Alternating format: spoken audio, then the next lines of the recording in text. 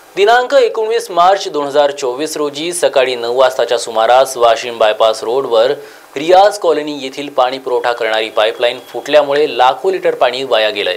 सदर फुटलेल्या पाईपलाईनचा एवढा मोठा फोर्स होता की ते पाणी विद्युत ताराला स्पर्श करत होतं। याची माहिती तत्काळ सामाजिक कार्यकर्ते तथा नागरिक उमेश इंगळे यांनी महानगरपालिका कर्मचारी अधिकारी यांना फोनद्वारे दिली।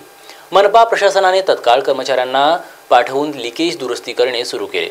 सदर लिकेज पाईपलाईनचे काम हे 3 महिन्यापासून धातुरमातुर व्यवस्थेने सुरू आहे व पाण्याचा अपव्यय होत असल्याचा आरोप सामाजिक कार्यकर्ते उमेश इंगळे यांनी केला असून तत्काळ ही पाईपलाईन दुरुस्ती करण्यात यावी अशी मागणी यावेळेस मनपा पाणी पुरवठा विभागाला सामाजिक कार्यकर्ते उमेश इंगळे यांनी केली।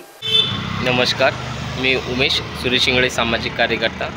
वाशिम बायपास रोडवरील रियाज कॉलनी येथे नळ पाईपलाईन फुटलेली आहे।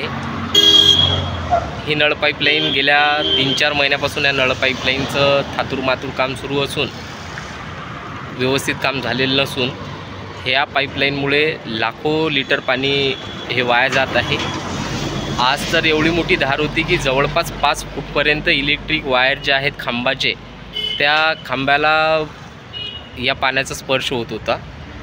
मी आज माझ्या ड्युटीवरून परत येताना सदर व्हिडिओ माझ्या मोबाईलमध्ये रेकॉर्ड केला व संबंधित महानगरपालिका कर्मचारी यांना तात्काळ फोन करून माहिती दिली व तात्काळ हे पाणी बंद करायचे त्यांना सूचना दिल्यात।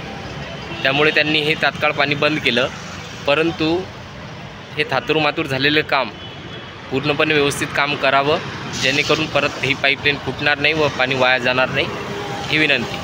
महाराष्ट्र TV 24 करिता प्रतिनिधी गुलाम मोहसिनची रिपोर्ट, अकोला।